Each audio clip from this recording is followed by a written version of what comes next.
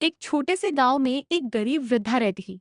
उसका कोई अपना नहीं था, लेकिन उसका सबसे बड़ा सहारा भगवान थे।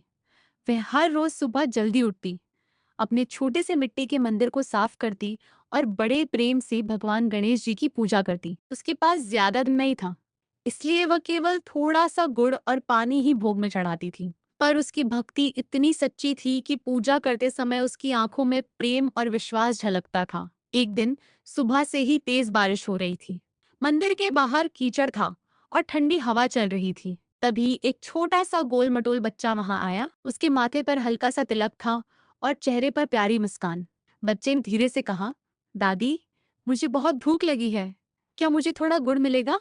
वृद्धा ने उसे प्यार से देखा और बोली, बेटा, यह तो मेरे गणेश जी का भोग है, पर अगर तुम्हें भूख लगी है तो तुम ही खा लो। भगवान तो दयालु हैं, वे बच्चों से बहुत प्रेम करते हैं। बच्चे ने खुशी से गुड़ खाया, फिर उसने पानी पिया और मुस्कुराकर बोला, दादी, तुम्हारी भक्ति सच्ची है, तुम्हारे घर अब कभी कमी नहीं होगी।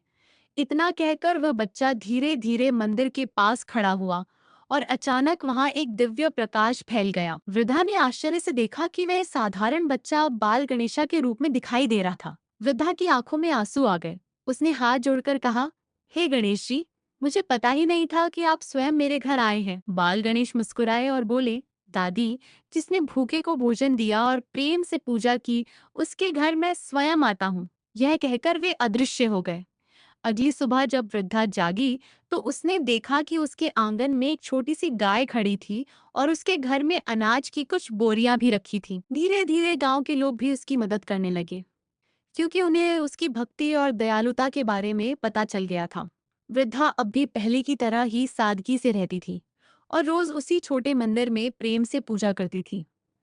लेकिन अब उसके मन में और भी अधिक विश्वास था कि भगवान हमेशा अपने भक्तों की रक्षा करते हैं। संदेश: सच्ची भक्ति, दया और दूसरों की मदद करने से भगवान हमेशा प्रसन्न होते हैं और अपने भक्तों पर कृपा करते हैं।